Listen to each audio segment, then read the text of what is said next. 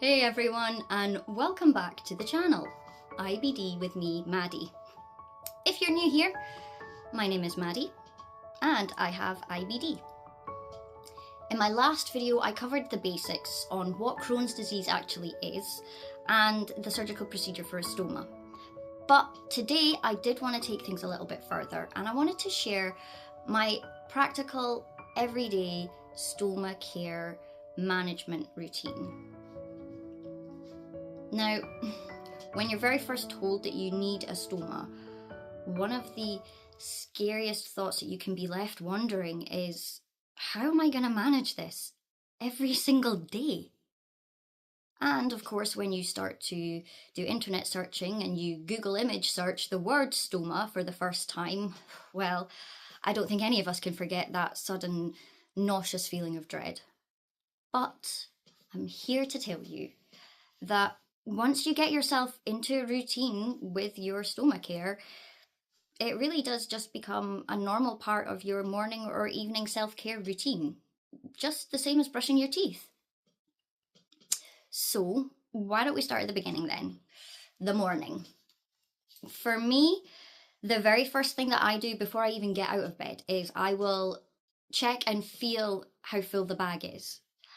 And then I'll do a quick feel around it to check the seal and the flange just to make sure everything's still attached and that there's been no leakage. If that's all okay, then I will head to the bathroom for my first empty of the day. So this usually takes me about 2 minutes, not very long at all. And the way I do it is I'll sit on the toilet the way any normal lady would for going to use the toilet normally. I will undo my bag and let it sit so that it's between my legs and it'll empty directly into the toilet. This gives me a chance to have a look at the consistency of the output so I can see if it is too thick, too thin, and I can also just check the stoma as well just to make sure that it's not swollen up or shrunk down and that its colour's still looking healthy. Once the bag itself is empty, I'll just take some toilet roll, I will wipe the bottom, make sure that it's all clean, then I'll seal it back up, and that's me good to go. So that's emptying it. Changing it, slightly different. So for me, I personally change my bag every other day. So on a non-bag change day, I'll have my shower, get out, I'll dry myself, but then I'll also just dry all around the bag as well and make sure that that's thoroughly dry so that it can continue to stick properly to my skin and so that the quality of the bag itself is also going to stay intact. If it is a bag change day, what I tend to do is I'll get everything I need laid out in the bathroom before I have my shower. So I'll have my disposable black scented bag for putting all the rubbish in. I'll have my dry swabs. I might also just keep a little packet of the wet wipes that come with my stoma bag deliveries as well. And of course there is the bag itself. I already cut mine before I take it off and change it because I'm used to mine sitting at the same size. So I sit roughly just on the 20. So I know that's not going to change much. So I'll pre-cut it before I take the current one off. And then I will usually take it off before I get in the shower. That's just my own personal preference. I like to give the skin just a little bit of time to breathe rather than just constantly having a bag on it all the time.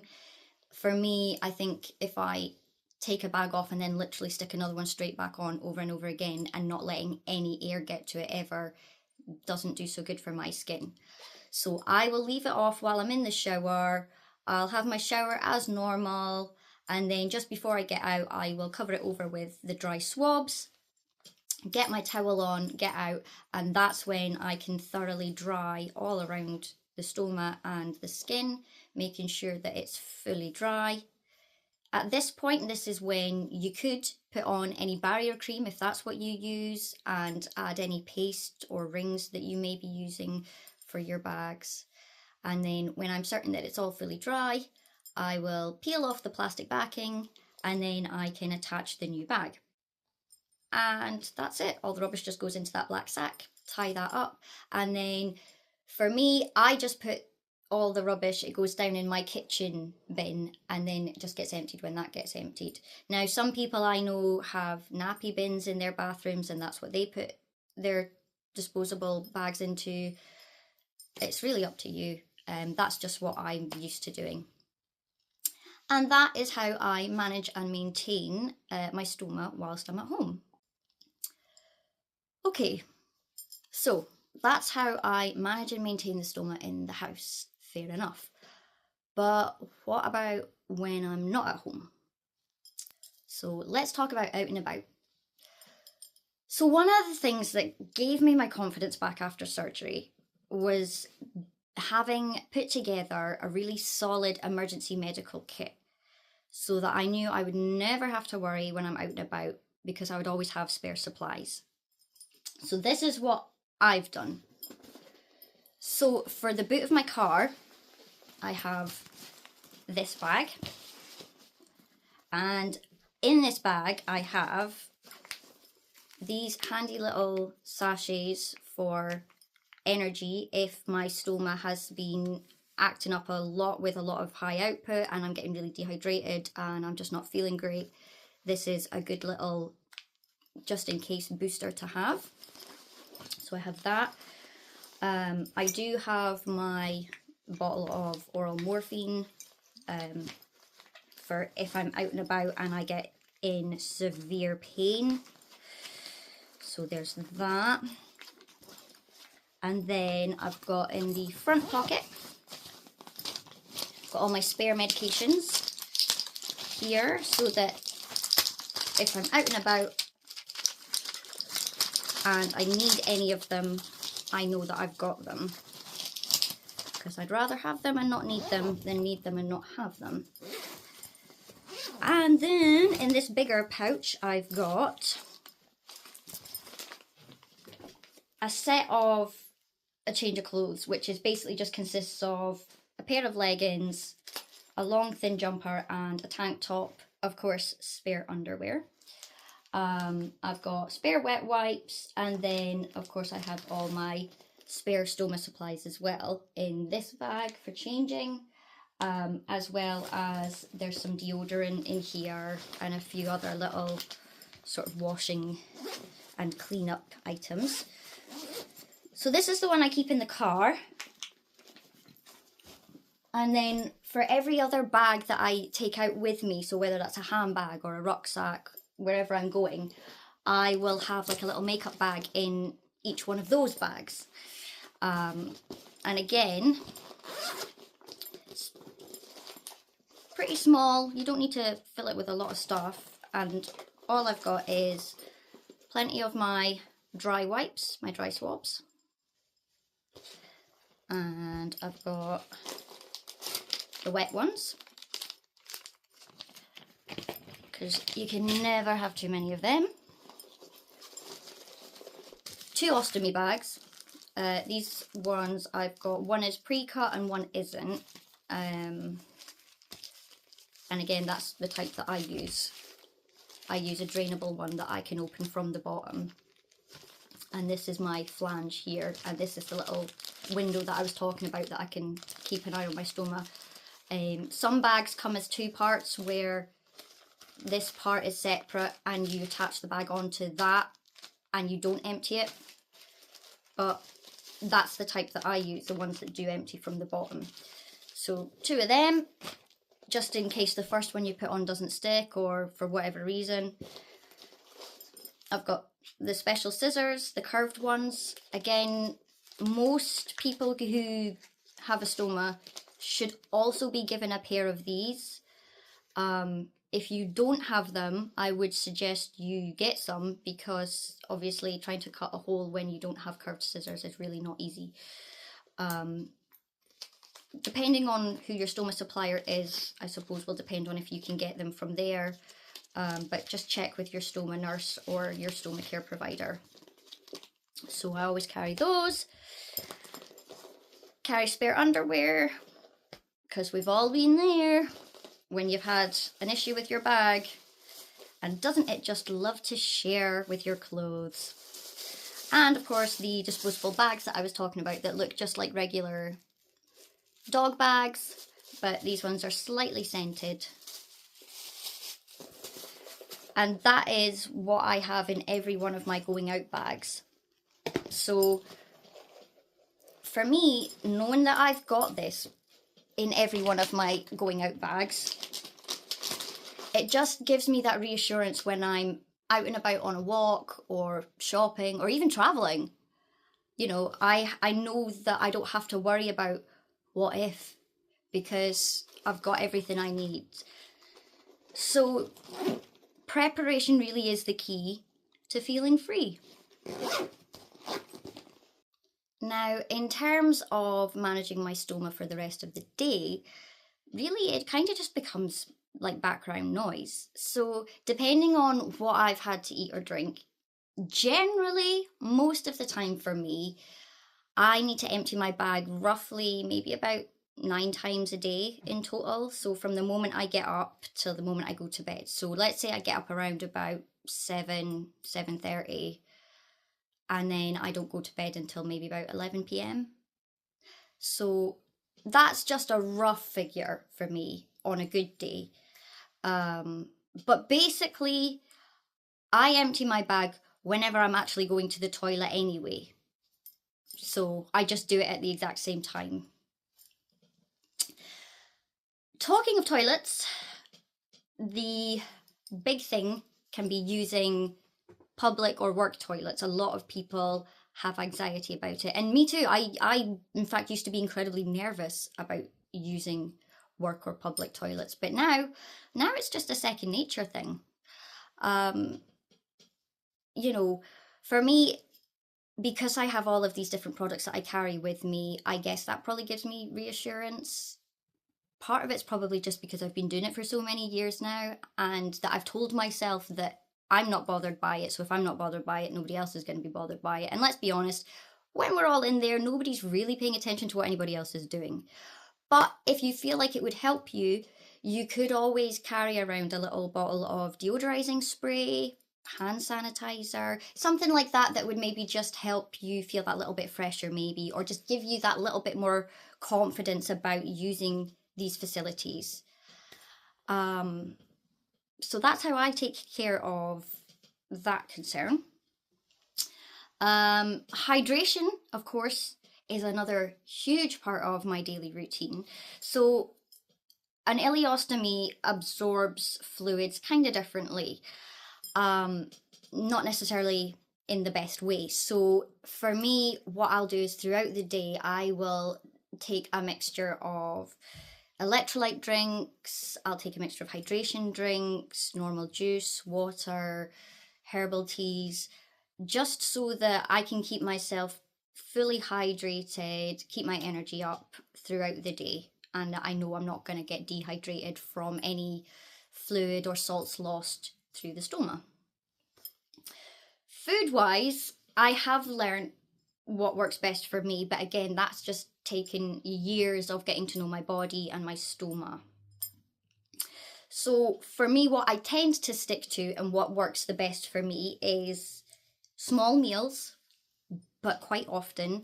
And I have now gotten quite good at speaking up about being out places. So if I am out somewhere for tea, the first thing I will always think of is the food portion is going to be massive. I'm not going to manage to finish it all. People are going to think I'm wasting food. People are going to be offended that I didn't eat the food.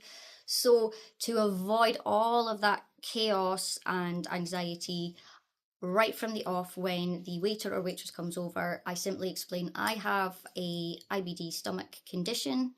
As a result, I really only manage small portions of food. Is it possible that you can make an adaptation for me? Because a lot of places won't let you eat from a kids menu, and a lot of places really don't do an additional small portion menu or gluten-free menu, or there's only been really 1 or 2 places that I've ever come across where they had a specific menu that was for people who had any kind of gastro issues or stomach issues. It's really not something that I feel, around where I live anyway, is catered for very well. So eating little and often is what works for me. Making sure that I take my time with food as well. Like, I don't rush myself. anymore. It used to be that I felt this pressure that I have to keep up with everybody else, I have to finish at the same time as everybody else. No. All that did was just cause me to have lots of trapped air, lots of discomfort, pain, bloating. It's not worth it. So I take my time, I make sure I chew my food really, really well, have the small but little on often portions. I avoid anything that's excessively high in fibre. A little bit of fibre, you know, is obviously good as long as you keep it balanced. Anything excessively high in fibre, I avoid. Same with spicy stuff. I do love spicy stuff, but I am sensible with what I can tolerate and what my stomach can tolerate. And again, just sticking to these rules seems to be what helps keep my stoma output manageable and consistent. And that makes me happy. So we've covered what I do to maintain my stoma throughout the day. So what about just before I go to bed? Well, when the evening rolls around, it's all about unwinding and getting myself as settled so that I can have the best sleep possible.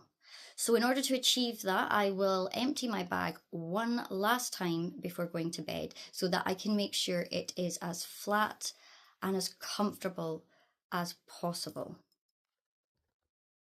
Now, a lot of people do ask, how does sleeping with a stoma work? So personally, I was always a stomach sleeper before I got my stoma. I was always on my stomach. It was the only way I could fall asleep. And I was worried how I was going to manage after my operations.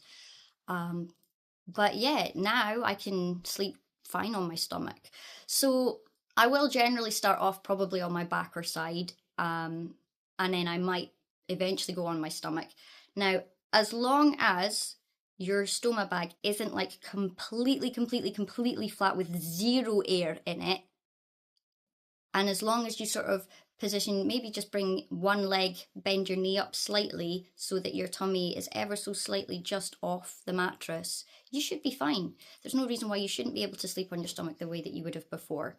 Of course, it does come with a slight risk that with sleeping on your stomach, you could end up squashing the bag so that there's no room for the stoma to empty out into the bag. That's when you can end up with a bit of a leakage. Or the same with the pressure on your stoma, you don't want to force the position of the stoma to change. But generally, most people don't have a problem with sleeping on their stomachs. The other things that I do to make sure I can have a good night's sleep is whatever I'm wearing, I make sure that there's no waistband that's going to be too tight or restrictive, and that nothing itself is going to cause the stoma bag to not function the way that it should. Basically, I just don't want anything to restrict my ability to move and be comfortable. And that's just pretty much how a day is for me and my stoma bag now. Of course, that's a good day. A bad day is a very, very different story, but we can do that in another video. So it might sound like a lot when you say it all out loud, but really, once you get into the habit of it, it really just takes a fraction of your time. And like I said, it will just become second nature. So whilst it can be overwhelming to begin with, just know that it will get easier.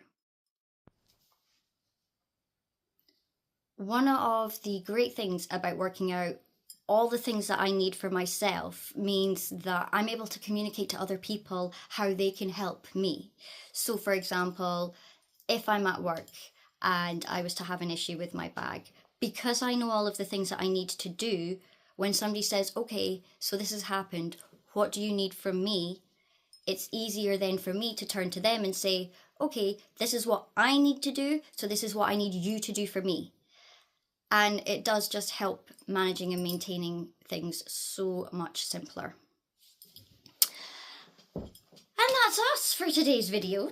So I would love to hear from you. If you yourself have a stoma, why don't you pop in the comments below what items that you travel with and which one specifically is your can't be without item. So what is your number one must-have stoma care or IBD care item when you're out and about? Or if you're just preparing for surgery, then what part of the daily routine are you most curious about? Why don't you drop a comment below and we can start a conversation? And as always, if you liked the video, please don't forget to give it a thumbs up. Subscribe to the channel if you haven't already. And yeah, take care of yourselves. And I look forward to seeing you all in the next video. Bye. One of the great things about working out, all the things that I need for myself, means that I'm able to communicate to other people how they can help me. So for example, if I'm at work and I was to have an issue with my bag, because I know all of the things that I need to do, when somebody says, okay, so this has happened, what do you need from me? It's easier then for me to turn to them and say, okay, this is what I need to do, so this is what I need you to do for me. And it does just help managing and maintaining things so much simpler. And that's us for today's video. So I would love to hear from you. If you yourself have a stoma, why don't you pop in the comments below what items that you travel with and which one specifically is your can't be without item. So what is your number one must-have stoma care or IBD care item when you're out and about? Or if you're just preparing for surgery, then what part of the daily routine are you most curious about? Why don't you drop a comment below and we can start a conversation? And as always, if you liked the video, please don't forget to give it a thumbs up. Subscribe to the channel if you haven't already. And yeah, take care of yourselves. And I look forward to seeing you all in the next video. Bye.